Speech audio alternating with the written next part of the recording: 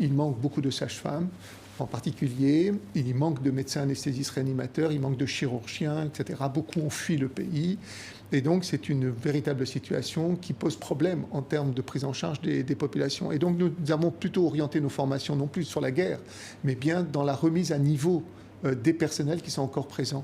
Et donc là, nous avons ciblé essentiellement les sages-femmes. Et donc la formation avec mon collègue Zouher Lana, qui est gynécologue obstétricien, était de pouvoir reprendre toutes les complications liées à la grossesse au travers des recommandations des grandes sociétés internationales.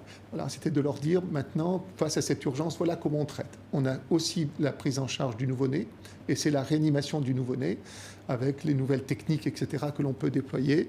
Et il y avait bien évidemment aussi l'échographie pour la surveillance de ces grossesses. Donc nous avons ciblé essentiellement sur la remise à niveau.